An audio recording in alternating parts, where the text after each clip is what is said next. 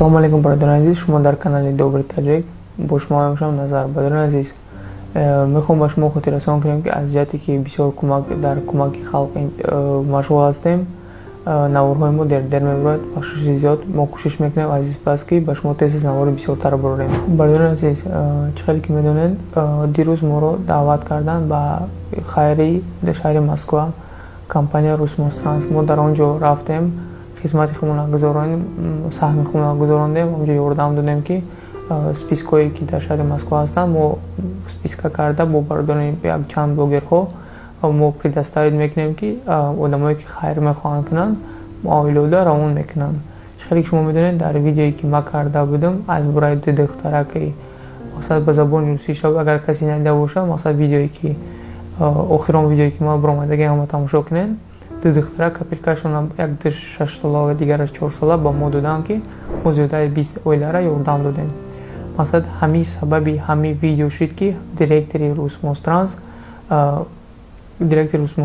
ба мо дар фейсбук худаш публиковать кард ки ин видеоро ман дида чӣ бигӯм, мне стыдно стало, как будто чӣ хеле шумо агар надонед, компания Русмостранс зиёда аз пеш аз ин хайраш зиёда аз 1700 оиларо ёрдам дода буд. Баъде ки ин ролик биромад, директор дар фейсбукаш қайд карда биромад ки мехоҳам ки 700 оилагаро ёрдам диҳам. Ҳамчунин мо рафтем иштирок кардем дар хайри будагиш.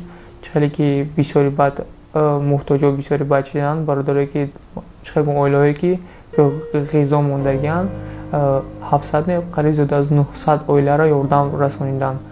барои ҳамин чанде ки одамо самои худшона мегузаронанд, ҳазор раҳмат. Мо ҳамвақт дар хизмати халқ мебошем ки ҳамхе бародарои саховатманди мо бисёр шаванд. Иншааллоҳ тезтар карантин буд мешавад, халқам дар фикри ҳамдигараш мешавад. Азиз, уже процесс скоро рафтеса, уже хеле вақт холӣ шидистай. Иншааллоҳ тагашон дагай. Не бародари мо бо ҷамъ карда истам, масалан пакет песан ки тез мошино меян мебарам. Так хеле уже склад холӣ шидагиам. Бёр ту там, бёр розам.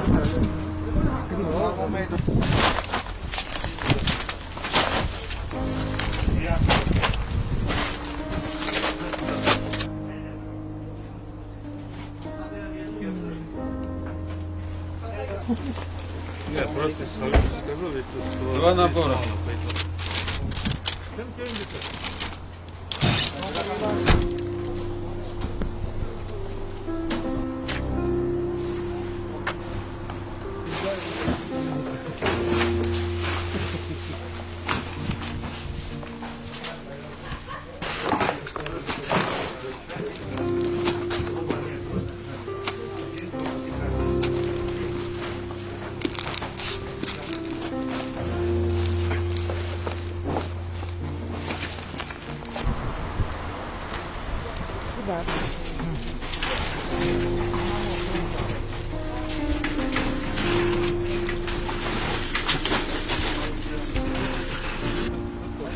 Шашлык хорош.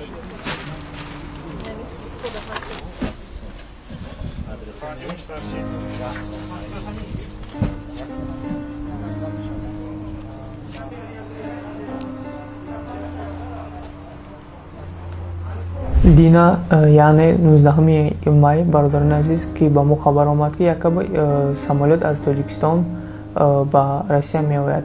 Ман сразу дар омадам, рости гап сайти ман фаҳмидам ки самолёт бояд дар Мадед бояд биёяд, фуруд биёяд. Сразу дар омадам, таблицаро дар омадам тамошо кардам ки ягон самолёт нест. Дальше масалан мо консул азам ман хелем ки ҳатман ҳақиқатан ҳамин самолёт меомад аст. Баъд мо хестем рафтем дар Мадедова. Чӣ хеле ки медонед, мо фаҳмидем самолёт именно чартни рейс омадага, яъне бигем ки скредни рейс меганаш, мақсад ки аз тарафи ҳукумати ҷумҳурии Тоҷикистон равон карда шудааст ки дар ин рейс танҳо бародароҳое ки дар спецприёмҳо маҳкам буданд, именно шаҳри город Сахарова зиёда аз 228 нафар ҳамонҷо маҳкам буданд. 213 нафари онҳоро ба Тоҷикистон бурданд. боз дар он дурун 27 ҷасаде ки бародароне ки мо дар ҳамин ҷо аз олам чашм пӯшиданд, худо раҳматшон кунад, онҳорам дар ҳамонҷо 27 нафара ҷо карданд.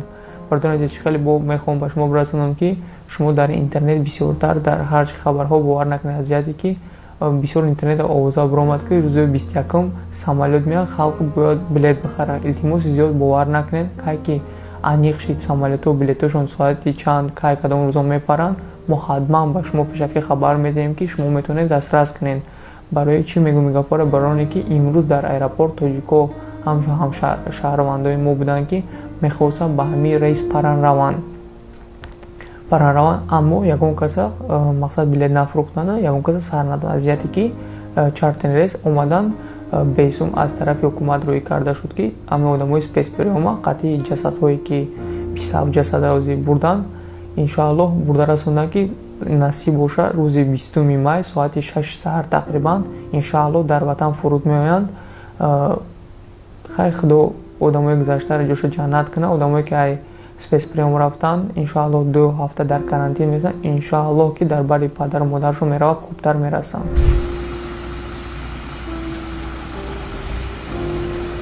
Салому алейкум бародари азиз, хеле десен дар аэропорти Домодедово ва бародароне ки дар спецприёмҳо ҷо гирифта шуда буданд, имрӯз 213 нафарро ба Тоҷикистон равон мекунанд. хеле десен 5 автобус ки ҳаст, ҳама шаҳрвандои ҷумҳурии Тоҷикистон мебошанд. иншоаллоҳ имрӯз соати 10 регистр соат 12 шав ба Тоҷикистон парвоз мекунанд.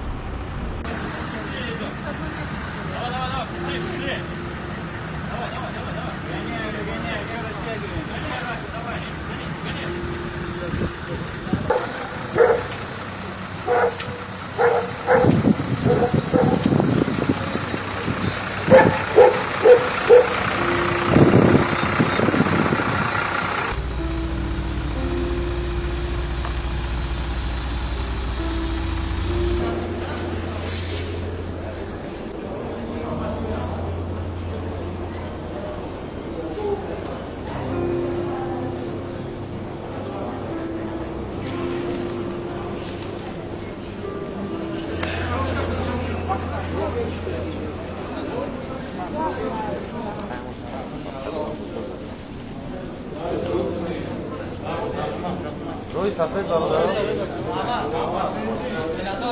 آباد باشه.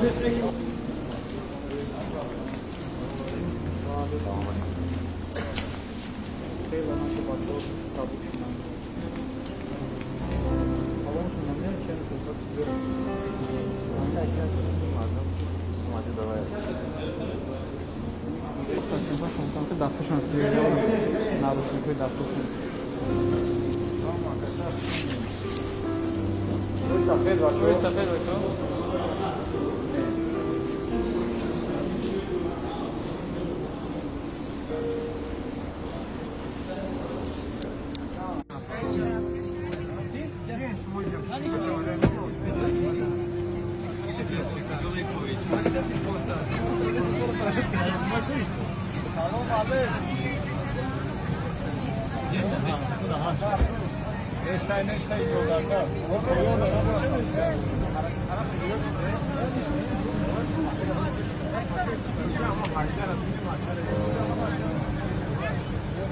برادر همشون پریدن انشاءالله شب ساعت 4 سحر میشه واقعا این 6 سر دامونیا میشه نصیب باشه ساعت 6 سری اگر 12 پرن اگر 10 پرن مثلا 4 هم سایگاب یا سود ساعت دیگه اون رول بزنن که نه سحری اونجا میشه انشاءالله شانزده سال 13 نفر سیل کردیم رفتن. бародарони азиз, мехоҳам ба шумо чигара бирасонам ки бародарони азиз, илтимоси зиёд, ман ягон коргари ФМС ё ки ягон коргари давлат нестам. мо ҳамчун шаҳрванди Тоҷикистон ки дар ҷумҳурии Россия мақсад Федератсияи Россия мехонем, студент ҳастем. бародарони азиз, мо чанд мехоҳем ба шумо информатсия аниқ кунем. як саволам мехоҳам ба шумо бирасонам ки и конкретен тема ма дар Инстаграм ва Ютуб эфир мекунам. Часто гуфтируса задаем вопрос и кай границаҳои меша. Бародарони азиз, медонам ҳама ғамгин шидагани чӣ меганаш мақсад карантин, бекорӣ, бесумӣ, ҳама мехоҳад ки ватан баргарданд. ба чӣ вуҷҳ мо ба шумо аниқ карда ҳамаша информатсияро метавонем. Илтимос камтаракига сабр кунед, ҳамаш иншоаллоҳ хуб мешавад. хеле ки ба мо як моҳ пеш хабар омада буд, якаби моҳои охири июля границаҳо ҳуй мешаванд. Роз дигар мо ба шумо и информатсияро надодем, аз ҷиҳати ки и информатсия точи набуд, и хабар буд ба мо. ҳозир ажда бу мо кофтем ай пишти ҳамин информатсия конкретно ки барои халқда бисёр интересни кай границаҳо ҳуй мешаванд. Бародари азиз, мехоҳам ба шумо бирасонам ки мо недавно рӯзи 17 май интервюи ки биромад овози масад директори ассоциатсияи туризми Уральская ассоциация туризма Мальцев Михаил биромад ки ҳамунҷа хабар дод ки аввалан международный аввалан ки внутренний российский насиб бошад охири моҳи охири июнда ҳуй мешава. Международный ҳозира давода кардистан именно аз як қати иншаалло гуфтанд ки хабар дан охирҳои июл аввалои август иншаалло ҳами чихеле ки бо конкретни аниқ шава иншаалло мо дар фикри шумо ҳастем, ба шумо хабар мерасонем. Так что ай ҳама чи бовар накунем, билетҳоро ҳарс дурӯғ нахарем, барои ки ҳозир дар ин вақти бесумӣ ҳастан беномусое ки билет мефурӯшанд. як одамо дар чихел бигӯям дар дасти ҳам хеле одамо меғалтанд, сумошон мерава. Медонам бисёрш одамо сум доранд, ҳамаш сахна карданд ки тезтар ба бари падару модармо баргардем. Ҳамата мефаҳмам бачаҳо ча иншаалло камтарагига сабр кунед, ҳамаш гузаранда, ҳамаш мегузара иншаалло. Да, когда мы сейчас можем увидеть что-нибудь за пределами России, мы поговорим с нашим гостем. У нас в студии сегодня директор Уральской ассоциации туризма Михаил Мальцев. Михаил Анатольевич, добрый вечер. Добрый вечер. Ну, в первую очередь хочется спросить, когда же наконец-то откроют границы или хотя бы по России нам разрешат полноценно путешествовать? Нами вместе с РГА, Ассоциацией гостиниц и Российским союзом туриндустрии было направлено письмо несколько дней назад, где мы просим поэтапное открытие сначала между регионами, потом и в целом по стране с 1 июня, в зависимости от обстановки. Я полагаю, что где-то с июля месяца у нас возобновится авиационное сообщение с южными регионами, если не произойдет ничего неожиданного. Основные операторы из топ-10, по крайней мере, поставили программы, в том числе с вылетами из Екатеринбурга, по городам нашего Южного федерального округа. Примерно 2-3 июля старт этих программ. Дай бог, что все будет в порядке и они состоятся. А когда откроют вот уже международные границы, есть ли такой, не знаю, футуристический момент, что за путевки, например, в ту же самую Турцию или Грецию придется биться? Все возможно. Мы не знаем, и придется ли биться, и когда их откроют. Но мы можем предположить, что логично ждать открытия в августе месяце по отдельным направлениям. Страны Средиземноморского, Черноморского бассейна, Юго-Восточной Азии отдельные, так как фактически там они уже эту проблему преодолели, и сейчас скорее мы для них являемся угрозой, нежели они для нас. То есть они нас даже не пустят? Да, вроде бы будут несколько изменены, будут иные правила и пересечения границы, дополнения определенные. Мы контролируем, держим руку на пульсе, ждем. И, конечно, нам надо будет направить в том числе те тысячи туристов, которые уже вносили предоплату, и необходимо, собственно, чтобы их отдых состоялся. Ряд стран, по вашему личному мнению, что это будут за страны? Куда мы Где прежде нас всего ждут? Сможем полететь? Да, где Ждут нас нас ждут? много где. Вопрос в том, куда нас пустят. бардур азиз, ба ҳами барномаи мо ба охир расид. Фикр мекунам ки ба шумо хеле информатсияи хеле хуба ба шумо расондем. Агар ба шумо барномаи мо писанд омада бошад, лайк азер кунед, комментарий фикртон дар комментарий бинависед, ҳамчунин поделиться кунед дар любой соцсетое ки дигар одамо ҳамин хабардор шаванд ҳамин гапои мо. Мехостам аз изин пеш иншаалло мо кӯшиш мекунем ба шумо бисёртар навор бурем ки аз ҷияте ки наворои мо дер мебурам, мо дар хизмати халқ мебошем, ҳамчунин ки мо ҳама чиз нишон додан наметавонем. Барои ҳамин моро бифаҳмед, боқи тансия аз хона обод бошен иншаалло. рамазон иқайгашмад ҳаматонда сабр, ба ҳама тансияту хонободӣ орзумандам. Бо шумо будум ман Назар дар канали Добрый Таҷик Ден. Боқи паноҳи Худо.